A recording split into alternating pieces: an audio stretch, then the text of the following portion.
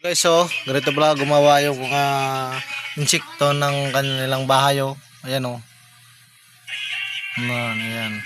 Mamaya, tignan nyo, lilipad na yan. Ayan. Tignan nyo lang, oh. Sa bahay pa namin siya gumawa. Mabait talaga itong insekto na to, ah. Sana mabuti ka lang dito sa bahay at sana matulungan nyo kami. Ayan guys, oh. Mamaya lilipad na yan. Punta na ng sa labas at makuha ng putik. Ayan na. Lumapad na, ayan na. Sana yun, ayan. Yun, oh. Oh. Mamaya, tingnan nyo. Hintayin lang natin. Umuha siya ng putik. At ayan ako nakakita ng insekto ng ganito, eh.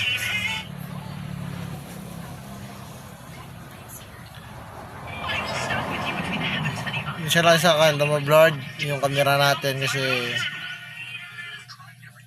madilim, eh. Ayan, oh.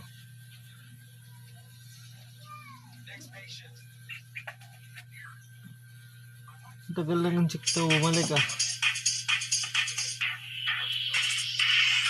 Ayan na guys, ayan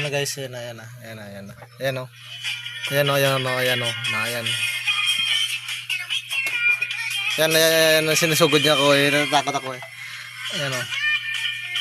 Oh, yan siya, nahiya pa. Ayan, oh, nahiya pa yan. May nakatingin na tao, eh. Ayan, oh. Ayan siya, oh. Punta siya ng bahay niya, oh. Gumagawa, oh.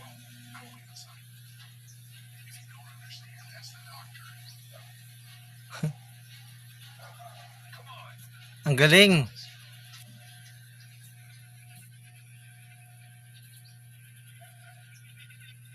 Ito lang guys. Ang galing na insekto na to. Kung sino nakaalam nito ng insekto, mag-comment na kayo, mag-follow and like and share naman sa mga reels ko. Thank you sa inyo.